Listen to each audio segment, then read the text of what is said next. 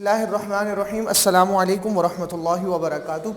Welcome to my dear students to the lecture number 36 of business statistics.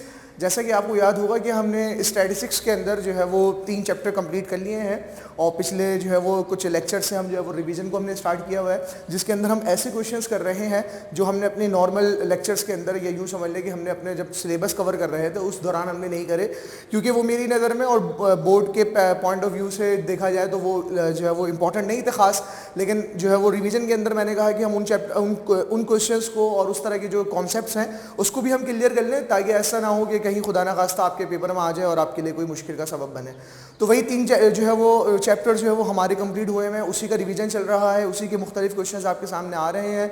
जैसे कि पिछले lecture के अंदर भी जो है वो आपको मिसिंग फिगर का एक नया सवाल बनाकर दिया गया था, नया सवाल जो था वो आपको दिया गया था।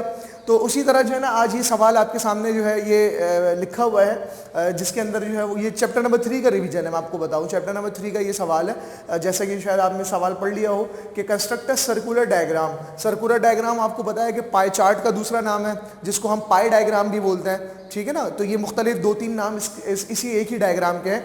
तो सर्कुलर डायग्राम हमने बनानी है and simple bar diagram for the following data एक ही दिया हुआ है, इससे हमें 2 डायग्राम्स बनानी है। तो ये सवाल शायद पता नहीं आपने करा है या नहीं करा, लेकिन मैंने कहा कि फिर भी इसको मैं रिवीजन के अंदर जो है वो ये सवाल आपको दे देता हूँ कि डाटा एक ही दिया हुआ है आपको और कह रहा है कि 2 डायग्राम बना के दो, एक सर्कुलर डायग्राम और एक सिंपल बार डायग्राम।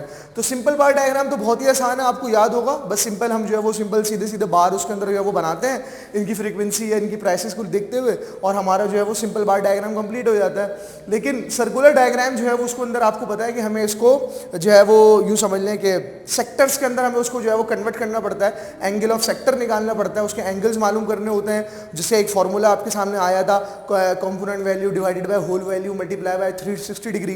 तो उस तरह हमने जो है वो उसको पहले हम इसको यूँ समझ लें कन्वर्ट करेंगे सेक्टर्स के अंदर, एंगल्स के अंदर, और फिर उसके बाद फिर हम एक सर्कुलर डायग्राम, आपको पता था प्रकार और डी से जो है वो डायग्राम बनती है, आप बना चुके हैं। 2 लेक्चर्स इसके पहले भी मौजूद थे। अगर कोई मुश्किल आ रही हो तो आप उस लेक्चर्स की तरफ जो है वो देखिएगा, उन लेक्चर्स को देखकर जो है वो आपको अंदाजा हो जाएगा कि ये डायग्राम किस तरह बनती है।